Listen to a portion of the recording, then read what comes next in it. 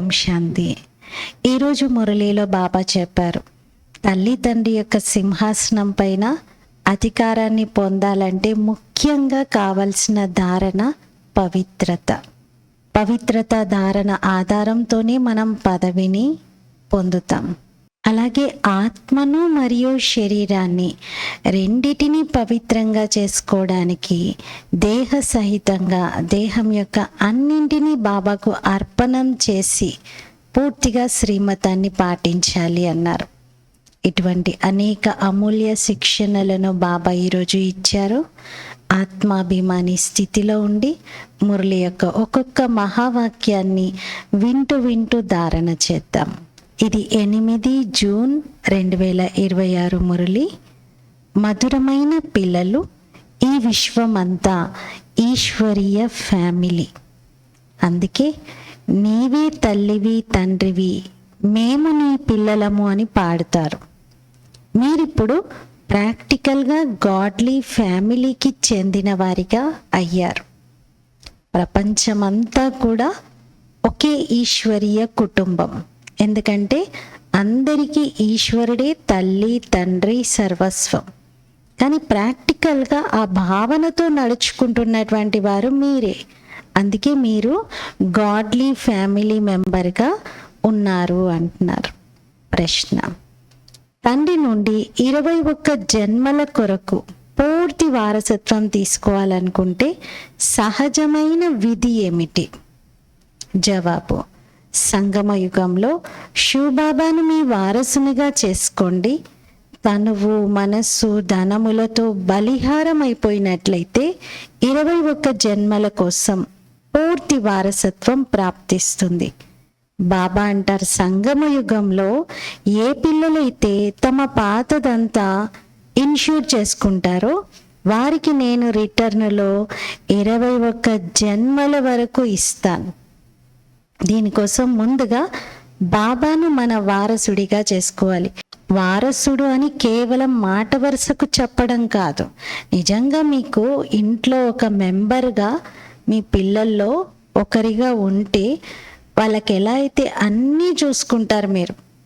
మీరు తనువు మనసు ధనములతో వాళ్ళకి సేవ చేస్తారు, వాళ్ళ కోసం ఖర్చు పెడతారు, వాళ్ళ గురించి ఆలోచిస్తూ ఉంటారు, వాళ్ళ గురించి ప్లాన్ చేస్తూ ఉంటారు. ప్రతి విషయంలో వారికి ఫిజికల్గా కూడా సేవ చేస్తారు. మనసును పెడతారు, ధనమును పెడతారు, తనువును కూడా ఉపయోగిస్తారు. అలాగే బాబా యొక్క విషయంలో కూడా చెయ్యాలి. బాబా ఊరికి మాట వరుసకు బాబా నాకు సంతానం, బాబా నా వారసుడు అని అనడం కాకుండా బాబాను పూర్తిగా వారసుడిగా భావించి బాబా కోసం వాటా తీయాలి. ప్రతి నెల కొంతనైనా బాబా కోసం, బాబా నా వారసుడు, బాబాకు నేను ఇప్పుడు సఫలం చేసుకుంటే, ఇప్పుడు నేను బాబా కోసం ఖర్చు చేస్తే భవిష్యత్తు 21 జన్మల కోసం నేను రిటర్న్ పొందుతాను అని. అలాగే బాబా యొక్క సేవ చేయటం, తను ద్వారా చింతనలో ప్రతి క్షణం ప్రతి విషయంలో బాబాను స్మరించుకోవటం, బాబా స్మృతిలో ఉండటం, ఇవన్నీ కూడా తనువు మనసు ధనములతో బలిహారం అవ్వడం అని అంటారు. అలా పాతదంతా మనం బాబాకి ఇన్ష్యూర్ చేసుకుంటే బాబా నుండి రిటర్న్ 21 జన్మల కోసం పొందుతాం. పాట: నేత్రహీనులము దారి చూపించండి ప్రభు. ఓం శాంతి. పిల్లలు పాట విన్నారు. ఇలా భక్తులు భగవంతుణ్ణి పిలుస్తారు. భగవంతుని పూర్తిగా తెలుసుకోని కారణంగా మనుషులు ఎంత దుఃఖితులుగా ఉన్నారు, భక్తి మార్గంలో ఎంతగా తల బాదుకుంటూ ఉంటారు. ఇది కేవలం ఈ జీవితం యొక్క విషయమే కాదు. ఎప్పటి నుండైతే భక్తి ప్రారంభమైందో అప్పటి నుండి ఎదురుదెబ్బలు తింటూ ఉన్నారు. భారత్లోని దేవీ దేవతల రాజ్యం ఉండేది. దానిని స్వర్గము, సత్యఖండమని అనేవారు. భారత్ సత్యఖండము. భారత్ మహిమ చాలా గొప్పది. ఎందుకంటే భారత్ పరంపిత పరమాత్ముని జన్మస్థానం. వారి అసలు పేరు శివ. శివ జయంతిని జరుపుకుంటారు. భగవంతుడు అవతరించినటువంటి భూమి ఇది. భగవంతుడి జన్మస్థానం ఇది. మొత్తం ప్రపంచమంతా ఎవరినైతే కొనియాడుతూ ఉందో, ఎవరినైతే సర్వశక్తివంతుడు అని మహిమ చేస్తుందో, ఆ పరమాత్మ తండ్రి అవతరించిన భూమి ఇది. భారత్ మహిమలో గాంధీ పుట్టిన దేశం, రఘురాముడు ఏలిన రాజ్యం అని అంటారు. నిజానికి ఇది భగవంతుడు పుట్టిన దేశం. రఘురాముడే కాదు, సీతారాములే కాదు, లక్ష్మీనారాయణులు ఏలినటువంటి రాజ్యం ఇది. మరి శివ జయంతిని జరుపుకుంటారు. రుద్ర జయంతి లేదా సోమనాథ జయంతి అని అనటం జరగదు. శివ జయంతి లేదా శివరాత్రి అని అంటారు. స్వర్గస్థాపన చేసేవారు ఒక్క హెవెన్లీ గాడ్ ఫాదర్ మాత్రమే. ఇప్పుడు భక్తులందరికీ భగవంతుడు తప్పకుండా ఒక్కరే అయి ఉండాలి. అందరూ నేత్రహీనులుగా ఉన్నారు.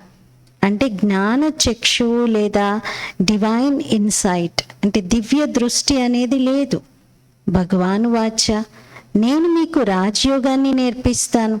శ్రీమద్ భగవద్గీత ముఖ్యమైనది. శ్రీమత్ అనగా శ్రేష్ఠ మతము.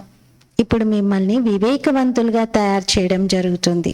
దివ్య చక్షువును అనగా జ్ఞానం యొక్క 3వ నేత్రాన్ని చూపిస్తారు. వాస్తవానికి జ్ఞానం యొక్క 3వ నేత్రము బ్రాహ్మణులైనటువంటి మీకు లభిస్తుంది. దానితో మీరు తండ్రిని మరియు వారి రచన యొక్క ఆది మధ్యాంతాలను తెలుసుకుంటారు. ఈ సమయంలో అందరిలోనూ దేహ అహంకారం మరియు 5 వికారాలు ఉన్నాయి. అందుకే ఘోర అంధకారంలో ఉన్నారు. అహంకారం ఉంది కాబట్టి అంధకారంలో ఉన్నారు. పిల్లలైన మీ వద్ద ప్రకాశం ఉంది. మీ ఆత్మ మొత్తం ప్రపంచం యొక్క చరిత్ర భౌగోళికాలను తెలుసుకుంది. ఇంతకుముందు మీరంతా అజ్ఞానంలో ఉండేవారు. జ్ఞాన అంజనం సద్గురు ద్వారా లభిస్తుంది. అజ్ఞాన అంధకారం వినాశనం అవుతుంది. ఎవరైతే పూజ్యులుగా ఉండేవారో వారే మళ్ళీ పూజారులుగా అయ్యారు. పూజ్యులు ప్రకాశంలో ఉన్నారు, పూజారులు అంధకారంలో ఉన్నారు. పరమాత్మను మీరే పూజ్యులు, మీరే పూజారి అని అనలేరు. వారు ఉన్నదే పరమ పూజ్యులు. వారు అందరినీ పూజ్యులుగా తయారు చేసేవారు. వారిని పరమ పూజ్యులని అంటారు. పరంపిత పరమాత్మ అనగా పరమాత్మ, పరం ఆత్మ, రెండింటినీ కలిపితే పరమాత్మ. శ్రీకృష్ణుని అలా పరమాత్మ అని అనరు. వారిని అందరూ గాడ్ ఫాదర్ అని అనలేరు. నిరాకార భగవంతుణ్ణి గాడ్ ఫాదర్ అని అంటారు. వారు కూడా ఆత్మనే, కానీ వారు పరం అంటే ఉన్నతోన్నతమైనటువంటి ఆత్మ. అందుకే సుప్రీం సోల్ అని అంటాం. ఆ పరమాత్మ సదా పరంధామంలో నివసిస్తారు. ఇంగ్లీష్లో వారిని సుప్రీం సోల్ అని అంటారు. వారు ఉండే స్థానాన్ని కూడా సుప్రీం అబోర్డ్ అంటారు, పరంధామము అని. బాబా చెప్తున్నారు, ఆత్మ పరమాత్మ వేరై చాలా కాలమైంది అని అంటారు కదా. ఏ ఆత్మలు వేరై చాలా కాలమైంది? ఏ ఆత్మలు తండ్రి నుండి విడిపోయారు? ఫస్ట్ పైనుండి క్రిందకు వచ్చినటువంటి ఆత్మలు. ఆత్మ పరమాత్మ వేరై చాలా కాలమైంది అని పాడుతారు కూడా. అంతేకాని పరమాత్మ నుండి చాలా కాలం వేరుగా ఉన్నారు అని అనరు. అలా కాదు. ఆత్మే పరమాత్మ అని అంటున్నప్పుడు మరి పరమాత్మ నుండి విడిపోయింది అని అనాలి కదా. కానీ అలా అనరు. ఆత్మ పరమాత్మ నుండి విడిపోయి చాలా కాలమైంది అని ఇలానే అంటారు. అంటే ఆత్మ వేరు పరమాత్మ వేరు అనేది స్పష్టంగా తెలుస్తుంది ఆ విషయంతో. ఇది మొదటి నంబర్ అజ్ఞానం అవుతుంది. ఒకవేళ ఆత్మే పరమాత్మ అంటున్నారంటే నెంబర్ 1 అజ్ఞానం అది. ఆత్మ జనన మరణాల్లోకి వస్తుంది. పరమాత్ముడైతే పునర్జన్మల్లోకి రారు. తండ్రి కూర్చొని అర్థం చేయిస్తున్నారు. భారతవాసులైన మీరు స్వర్గవాసులుగా పూజ్యులుగా ఉండేవారు. మానవాళికి చెందిన పూజ్యులందరూ దేవీ దేవతలు. ఇదంతా ఈశ్వరుని ఫ్యామిలీ. ఈశ్వరుడు రచయిత. నీవే తల్లివి తండ్రివి, మేము నీ పిల్లలము అని పాడుతారు. అంటే ఫ్యామిలీ అయినట్లు కదా. అచ్చా, మీరు తల్లి తండ్రి అని ఎవరిని అంటున్నారో చెప్పండి. ఇలా ఎవరంటున్నారు? ఆత్మ అంటుంది, నీవే తల్లివి తండ్రివి, నీ కృపతో మాకు స్వర్గం యొక్క అపారమైన సుఖము స్వర్గంలో లభించింది. తల్లి తండ్రి అయిన మీరు వచ్చి మా కోసం స్వర్గస్థాపన చేస్తారు, అప్పుడు మేము మీ పిల్లలుగా అవుతాం. తండ్రి అంటారు, నేను సంగమ యుగంలోనే వచ్చి కొత్త ప్రపంచం కోసం రాజయోగాన్ని నేర్పిస్తాను. మనుషుల బుద్ధి పూర్తిగా భ్రష్టమైపోయింది. స్వర్గాన్ని నరకమని భావిస్తున్నారు. అక్కడ కూడా కంసుడు, జరాసంధుడు, హిరణ్యకశిపుడు మొదలైన వారు ఉండేవారని అంటూ ఉంటారు. బాబా వచ్చి స్వయం అర్థం చేయిస్తున్నారు. మీరు మర్చిపోయారా ఏంటి? నా శివ జయంతిని కూడా మీరు భారత్లోనే జరుపుకుంటారు. శివరాత్రి అని కూడా అంటూ ఉంటారు. ఇది ఏ రాత్రి? ఇది బ్రహ్మ యొక్క అనంతమైన రాత్రి. తండ్రి సంగమ యుగంలోనే వచ్చి రాత్రిని పగలుగా, నరకాన్ని స్వర్గంగా తయారు చేస్తారు. శివరాత్రి యొక్క అర్థం కూడా ఎవరికీ తెలియదు. భగవంతుడు నిరాకారుడు. మనుషులకైతే ప్రతి జన్మలోనూ శరీరాల పేర్లు మారిపోతాయి. పరమాత్ముడు అంటారు, నాకు శరీరానికి సంబంధించిన పేరేది లేనే లేదు, నా పేరు శివయే. నేను కేవలం వృద్ధ వానప్రస్థ శరీరాన్ని ఆధారంగా తీసుకుంటాను. ఇతను పూజ్యునిగా ఉండేవాడు, ఇప్పుడు పూజారిగా అయ్యారు. ఇప్పుడు శివబాబా వచ్చి స్వర్గాన్ని రచిస్తారు. మనము వారి పిల్లలం కావున తప్పకుండా మనం స్వర్గానికి యజమానులుగా అవ్వాలి కదా. మన తండ్రే స్వయంగా హెవెన్లీ గాడ్ ఫాదర్ అన్నప్పుడు మనం కూడా హెవెన్లో ఉండాలి. శివబాబా ఉన్నతోన్నతమైన వారు. బ్రహ్మ విష్ణు శంకర్లకు తమ తమ పాత్ర ఉంది. ప్రతి ఆత్మలోనూ తన సుఖ దుఃఖాల పాత్ర నిశ్చితమై ఉంది. మనం శివబాబాకు వారసులుగా అయ్యామని మీకు తెలుసు. శివబాబా స్వర్గవాసులుగా చేశారు. అందుకే వారిని అందరూ స్మృతి చేస్తారు. ఓ గాడ్, దయ చూపించండి అని అంటారు. మర్సీ ఆన్ మీ అని చెప్తారు. సాధువులు కూడా సాధన చేస్తారు. ఎందుకంటే ఇక్కడ దుఃఖం ఉంది కాబట్టి వారు నిర్వాణ ధామానికి వెళ్ళాలని కోరుకుంటారు. ఆత్మ పరమాత్మలో లీనమైపోతుందని చెప్పటము, అలాగే ఆత్మే పరమాత్మ అని చెప్పడము ఇది తప్పు. ఇప్పుడు మీరంటారు, ఆత్మలమైన మేము పరంధామంలో ఉండేవారిమి, పరమాత్మ తండ్రి యొక్క ప్రేమలో లీనమవుతాం తప్ప పరమాత్మలో లీనమవ్వడం కాదు అని. ఆత్మలమైన మేము పరంధామంలో ఉండేవారిమి, తర్వాత దేవతా కులంలోకి వచ్చాం, ఆ తర్వాత 84 జన్మలను తీసుకుంటాం. ఆత్మలమైన మనము వర్ణాలలోకి వస్తాము. శివబాబా జనన మరణాల్లోకి రారు. అక్కడ కేవలం నారాయణుని వంశం ఉండేది. ఎలాగైతే క్రిస్టియన్ వంశంలో Edward the first, second, third అని కొనసాగుతుందో అలాగే అక్కడ కూడా Lakshminarayana the first, second, third అని అంటారు. అలా 8 వంశాలు కొనసాగుతాయి. ఇప్పుడు బ్రాహ్మణులైన మీ 3వ నేత్రము తెరుచుకుంది. తండ్రి కూర్చొని ఆత్మలతో మాట్లాడుతారు. మీరు ఈ విధంగా 84 జన్మల చక్రంలో తిరిగి ఇన్ని జన్మలు తీసుకుంటూ వచ్చారు. వర్ణాల చిత్రాన్ని కూడా ఒకటి తయారు చేస్తారు. అందులో దేవత, క్షత్రియ, వైశ్య, శూద్ర, బ్రాహ్మణులను చూపిస్తారు. బ్రాహ్మణులైన మనము పిలక వంటి వారిమి అని ఇప్పుడు మీకు తెలుసు. ఈ సమయంలో మనం ప్రాక్టికల్గా ఈశ్వరీయ సంతానంగా ఉన్నాం. ఈ సహజ రాజయోగము మరియు జ్ఞానము ద్వారా మనకు అపారమైన సుఖము లభిస్తుంది. కొందరు సూర్యవంశ రాజధాని వారసత్వాన్ని తీసుకుంటారు, కొందరు చంద్రవంశ రాజధాని వారసత్వాన్ని తీసుకుంటారు. మొత్తం రాజధాని అంతా స్థాపన జరుగుతుంది. ప్రతి ఒక్కరూ తమ తమ పురుషార్థం ద్వారా ఆ పదవిని పొందుతారు. ఇప్పుడు ఒకవేళ చదువుకుంటూ మేము శరీరాన్ని వదిలిపెడితే అప్పుడు మాకు ఏ పదవి లభిస్తుంది అని ఎవరైనా బాబాని అడిగితే బాబా చెప్పగలరు. యోగంతోనే ఆయుష్ పెరుగుతుంది, వికర్మలు వినాశనం అవుతాయి. పతితుల నుండి పావనంగా తయారయ్యేందుకు వేరే ఉపాయం ఏదీ లేదు.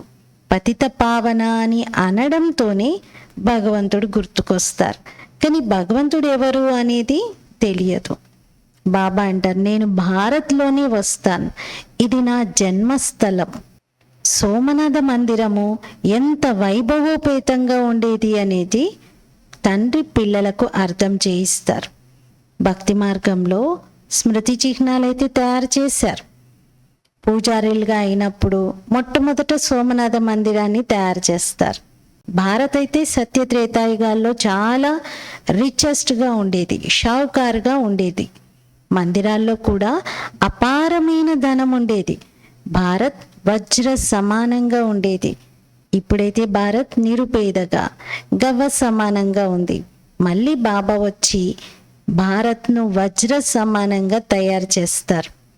రచయిత ఎవరు అని ఎవరినైనా అడగండి, పరమాత్మ అని అంటారు. మరి ఆ పరమాత్ముడు ఎక్కడున్నారు అని అడిగితే వారు సర్వవ్యాపి అని అంటారు. బాబా చెప్తున్నారు, ఈ వృక్షం అంతా శిథిల స్థితికి చేరుకుంది. మేము బాబా మమ్మ యొక్క సింహాసనాధికారులుగా అయ్యేందుకు యోగ్యులుగా అయ్యామా అని స్వయాన్ని చూసుకోవాలి. ఇది ఉన్నదే పతిత ప్రపంచం. పవిత్రత ఇక్కడ ముఖ్యమైనటువంటిది. పవిత్రత ధారణ ఉంటేనే మమ్మ బాబా యొక్క సింహాసనానికి అధికారిగా కాగలుగుతారు. ఇప్పుడైతే ఆరోగ్యము లేదు, ఐశ్వర్యము లేదు, సంతోషం అసలే లేదు. ఇది ఎండమావుల్లోని నీటి వంటి రాజ్యం. దూరం నుండి చూస్తే ఏదో ఉన్నట్టుగా అనిపిస్తుంది, దగ్గరికి వెళ్తే ఏమీ ఉండదు. దీని ఆధారంగా దుర్యోధనుడి కథ శాస్త్రాలలో వ్రాయబడి ఉంది. అంటే అక్కడ మంచి నేలనే ఉందనుకుంటూ నడవబోయాడు, నీళ్ళల్లో పడిపోయినట్టు చూపిస్తారు. దుర్యోధనుడు అని వికారులను అంటారు. నా గౌరవాన్ని కాపాడండి అని ద్రౌపది అంటుంది. అందరూ ద్రౌపదులే కదా. ఈ కుమార్తెలు స్వర్గానికి ద్వారాలు. బాబా ఎంత మంచి రీతిలో అర్థం చేయిస్తున్నారు చూడండి. ఎవరి బుద్ధియోగం అయితే బాబాతో పూర్తిగా జోడింపబడి ఉంటుందో వాళ్ళలో మంచి ధారణ జరుగుతుంది. జ్ఞానాన్ని బ్రహ్మచర్యంలోనే చదువుకోవడం జరుగుతుంది. బాబా అంటారు, గృహస్థ వ్యవహారంలో ఉంటూ కమల పుష్ప సమానంగా ఉండాలి. రెండు వైపులా సంబంధాన్ని నిర్వర్తించాలి, తప్పకుండా సహించుకోవాలి కూడా. మరణించే సమయంలో మనుషులకు మంత్రాన్ని ఇస్తారు. తండ్రి అంటారు, మీరంతా మరణించనున్నారు, నేను కాలుడికే కాలుడిని, అందరినీ తిరిగి తీసుకొని వెళ్ళేవాడిని. అంటే తప్పకుండా మరణించాలి కదా. జన్మ తీసుకున్న ప్రతి ఒక్కరూ మరణిస్తారు కూడా. మీరంతా మరణించనున్నారని బాబా అంటారు. నేను కాలుడికే కాలుడిని, తిరిగి తీసుకొని వెళ్తున్నాను. కాబట్టి సంతోషం ఉండాలి. సంతోషం ఉండాలా, భయం ఉండాలా? మనం వెళ్ళేది ఇంటికే. తండ్రి తోడుగానే వెళ్తున్నాం. యముడు ఇంకెవరో కాదు, మన తండ్రి మనల్ని తీసుకెళ్తున్నారు. ఎవరైతే బాగా చదువుకుంటారో వారు స్వర్గానికి యజమానులుగా అవుతారు. చదువుకోకపోతే ప్రజా పదవిని పొందుతారు. ఇక్కడికి మీరు రాజ్య పదవిని పొందడానికి వచ్చారు. ఇది చదువు. ఇందులో అంధవిశ్వాసం అన్న మాటే లేదు. ఈ చదువు రాజ్యాధికారం కోసమే ఉంది. ఒకవేళ చదువులో బ్యారిస్టర్ అవ్వాలనే లక్ష్యం ఉన్నట్లయితే తప్పకుండా చదువు చెప్పే టీచర్తో యోగం జోడించవలసి ఉంటుంది. ఇక్కడ మీకు భగవంతుడు చదివిస్తున్నారు కావున వారితో యోగం జోడించాలి. ఇక్కడ టీచర్తో యోగం జోడించడం అంటే ఏంటి? ఇప్పుడు చదువు చెప్తున్నటువంటి టీచర్ ఏ పాయింట్ ఎలా చెప్పారు, టీచర్ అయితే ఇలా క్లారిఫై చేశారు, టీచర్ ఇలా అన్నారు, ఈ లెసన్ వరకు చెప్పారు, ఇలా టీచర్ స్మృతి కలుగుతుంది కదా విద్యార్థికి. అలా మనకు టీచర్ శివబాబా కాబట్టి బాబా ఈరోజు ఏం చెప్పారు, బాబా యొక్క శ్రీమతం ఏంటి, బాబా ఏం సేవ చేయమన్నారు, ఇలా బాబాను స్మృతి చేయాలి, బాబాతో యోగాన్ని జోడించాలి. బాబా అంటారు, నేను పరంధామం నుండి చాలా దూరం నుండి వస్తాను. పరంధామం ఎంత ఉన్నతమైనది, అది సూక్ష్మవతనం కన్నా కూడా ఉన్నతమైనది. అక్కడి నుండి రావడానికి నాకు ఒక్క క్షణం పడుతుంది అంతే. వారికన్నా వేగవంతమైనది ఇంకేది ఉండదు. శివబాబా కన్నా ఫాస్ట్గా ఇంకెవరూ ట్రావెల్ చేయలేరు. క్షణంలో జీవన్ముక్తిని ఇస్తాను. జనకుని ఉదాహరణ ఉంది కదా. ఇప్పుడు ఇది నరకం, పాత ప్రపంచం, కొత్త ప్రపంచం అని స్వర్గాన్ని అంటారు. తండ్రి నరకాన్ని వినాశనం చేయించి స్వర్గానికి యజమానులుగా తయారు చేస్తారు. మిగిలిన ఆత్మలందరూ శాంతిధామానికి వెళ్ళిపోతారు. ఆత్మ అవినాశి. ఆత్మకు పాత్ర కూడా అవినాశిదే లభించింది. అటువంటప్పుడు ఆత్మ చిన్నగా పెద్దగా ఎలా అవుతుంది? కాలిపోయి ఎలా మరణిస్తుంది ఆత్మ? ఆత్మ వెళ్ళి వేరే దాంట్లో ఎలా కలిసిపోతుంది? ఆత్మ అవినాశి కదా, అది ఉన్నది ఒక నక్షత్రం లాగా, చిన్నగా పెద్దగా అవ్వదు, సైజ్ ఏమీ మారదు. ఇప్పుడు మీరు God fatherly students. God father జ్ఞాన సాగరుడు, ఆనంద సాగరుడు. వారు మిమ్మల్ని చదివిస్తున్నారు. ఈ చదువు ద్వారా మనమే మళ్ళీ దేవీ దేవతలుగా అవుతామని మీకు తెలుసు. మీరు భారత్ యొక్క సేవను చేస్తున్నారు. మొట్టమొదటైతే తండ్రికి చెందిన వారిగా అవ్వాలి. వేరే చోట్ల అయితే గురువుల వద్దకు వెళ్తారు, వారికి చెందిన వారిగా అవుతారు, అనగా వారిని తమ గురువులుగా చేసుకుంటారు. ఇక్కడ ఉన్నది తండ్రి. కావున ముందుగా తండ్రికి సంతానంగా అవ్వాల్సి ఉంటుంది. తండ్రి పిల్లలకు తన ఆస్తిని ఇస్తారు. బాబా అంటారు, పిల్లలు మీరు ఎక్స్చేంజ్ చేసుకోండి. మీకు పనికిరానిదంతా నాకు, నాదంతా మీకు. మీకు ఏదైతే మీ జీవితంలో పనికిరాదో అదంతా నాకు ఇచ్చేసేయండి, నా దగ్గర ఉన్నదంతా మీరు తీసుకోండి అంటున్నారు. దేహ సహితంగా మీదంతా కూడా నాకు ఇవ్వండి. మీ దేహ సహితంగా మీ వద్దనున్నదంతా నాకు ఇవ్వండి.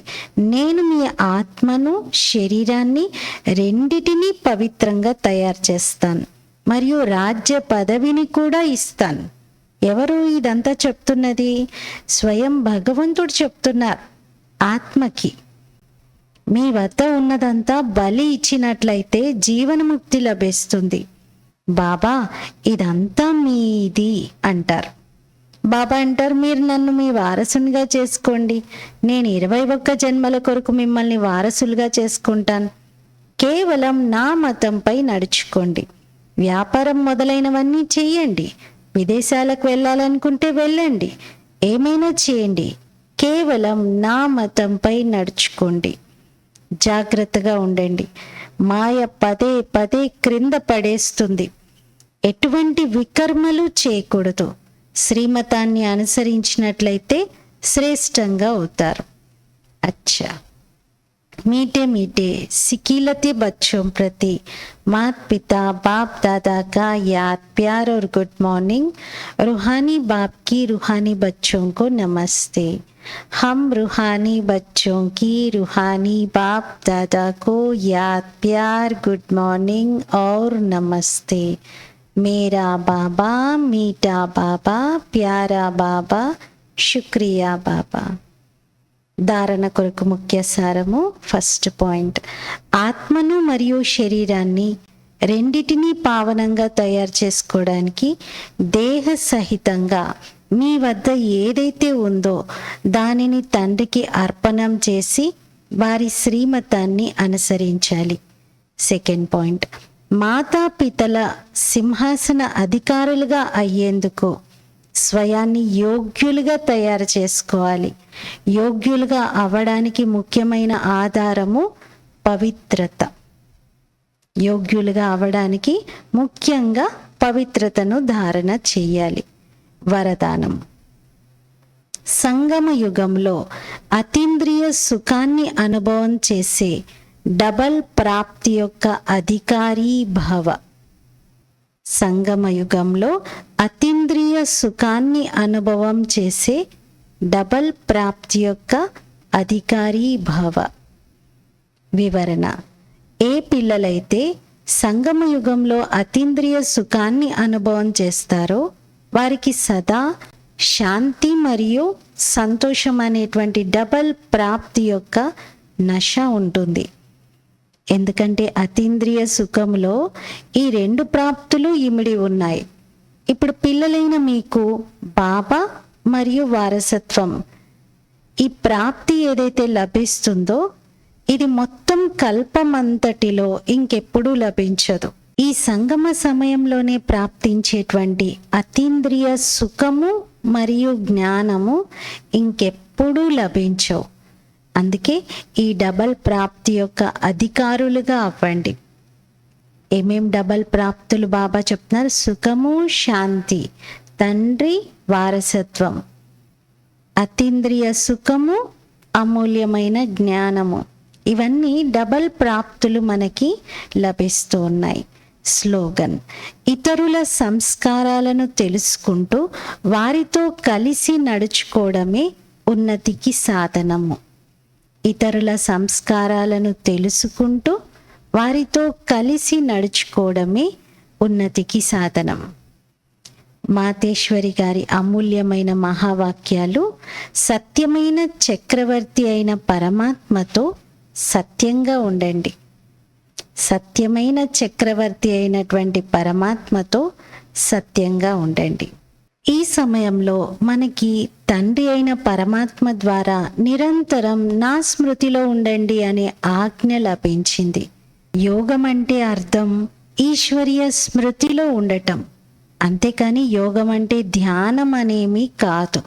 మన ఈ సహజ రాజయోగంలో నడుస్తూ తిరుగుతూ కార్యవ్యవహారాలన్నీ చేస్తూ వారి స్మృతిలో ఉంటాం. దీనినే ఎడతెగని అఖండ యోగం అని అంటారు. కానీ నిరంతరం యోగంలో ఉండే అభ్యాసము ఇప్పుడు అవసరం. ఒకవేళ శివబాబా ఆజ్ఞ పట్ల ఆజ్ఞాకారిగా లేకపోతే, ఏదైనా ఆజ్ఞను ఉల్లంఘిస్తే తప్పకుండా శిక్షలు అనుభవించవలసి ఉంటుంది. వారి ఆజ్ఞ ఏమిటంటే, నేను ఏ కర్మలనైతే చేస్తానో నన్ను చూసి మీరు కూడా అడుగు వేయండి, లేదంటే మాయా దెబ్బ తింటారు.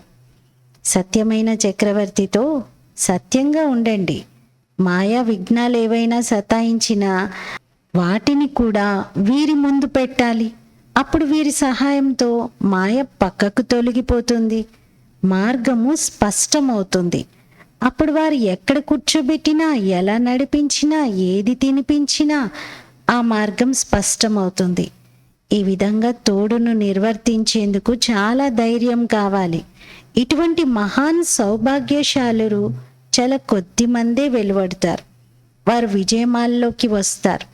మిగతా వారైతే ఎంతో కొంత తీసుకొని వెళ్ళి ప్రజలుగా అవుతారు. అప్పుడు వారు ఎక్కడ కూర్చోబెట్టినా, ఎలా నడిపించినా, ఏది తినిపించినా ఆ మార్గం స్పష్టమవుతుంది. ఈ విధంగా తోడును నిర్వర్తించేందుకు చాలా ధైర్యం కావాలి. ఇలాంటి మహాన్ సౌభాగ్యశాలురు చాలా కొద్ది మందే ఉంటారు. వారు విజయమాలలోకి వెళ్తారు. మిగతా వారు ఎవరైతే ఎంతో కొంత తీసుకొని వెళ్ళి ప్రజలుగా అవుతారో అలాంటి వారిని భాగ్యశాలురు అంటారు. మహాన్ సౌభాగ్యశాలురు అని కొందరిని అంటారు. అందుకే కొంచెం లభించడంతోనే సంతోషపడిపోకండి. మన కోరికైతే సంపూర్ణంగా అవ్వాలనే ఉండాలి. ధైర్యం ఉంచుకోవాలి, ముందుకెళ్ళాలి. మాయ విఘ్నాలైతే కలిగిస్తూనే ఉంటుంది, కానీ దానిపైన విజయం పొందాలి. ఇందులో ఒకవేళ ఏదైనా పొరపాటు చేసినట్లయితే, నిశ్చయం లోపించినట్లయితే తమ ధారణలో ఏదో లోపం ఉన్నట్లే. ఇది మీ పొరపాటు. ఇక్కడ లోక మర్యాదలను, కుల మర్యాదలను తెంచాల్సి ఉంటుంది. వీటిని తెంచినప్పుడే సత్యమైన పారలౌకిక దైవీ మర్యాదలను పొందుతారు. ఈ వికారీ ప్రపంచమైతే ఇక పోయేదే ఉంది. చూడని మీరా కూడా లోక మర్యాదలను విడిచినప్పుడే గిరిధరుణ్ణి పొందింది. ఒకవేళ ఆ లోక మర్యాదలను పట్టుకున్నట్లయితే ఈ దైవీ ప్రపంచ సభ్యునిగా అవ్వలేరు. ఇప్పుడు కళ్యాణార్థము ఈశ్వరీయ సలహాను ఇవ్వడం జరుగుతుంది. మరిప్పుడు ఏం చేయాలి, ఏది సరైనది అనేది మీ బుద్ధితో నిర్ణయించుకోవాలి. అవ్యక్త ప్రేరణలు: సదా హర్షితంగా ఉండేందుకు మీ నేచర్ను సరళంగా తయారు చేసుకోండి. సహనశీలుగా అవ్వండి.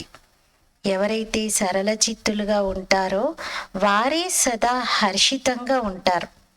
హర్షిత చిత్తులుగా ఉంటే అందరినీ ఆకర్షిస్తారు. హర్షితము అంటేనే అర్థం అతీంద్రియ సుఖములో ఊగటము. జ్ఞానాన్ని స్మరణ చేస్తూ అవ్యక్త స్థితిని అనుభవం చేస్తూ అతీంద్రియ సుఖములో ఊగటము. దీనినే హర్షితము అని అంటారు. దీని కొరకు సాక్షి తనపు సీటుపై సెట్ అయి మాయా మరియు ప్రకృతి యొక్క తోలుబొమ్మలాటను మనోరంజన రూపంలో చూడండి. ఈరోజు స్వమానము: నేను డబల్ ప్రాప్తికి అధికారి ఆత్మను. ఈ డబల్ విషయాలు ఏవైతే బాబా వినిపించారో వాటిని రోజంతా గుర్తుంచుకోవాలి. బాబా నుండి మనకి వారసత్వం లభిస్తుంది కాబట్టి తండ్రిని, వారసత్వాన్ని జ్ఞాపకం చేయడం ఇది ఒక డబల్ ప్రాప్తిని ఇచ్చేటువంటి విషయం. రెండోది సుఖము, శాంతి, 2 ప్రాప్తులు మనకి లభిస్తున్నాయి. ఇలా డబల్ ప్రాప్తి యొక్క నశలు పొందాము. ఓం శాంతి.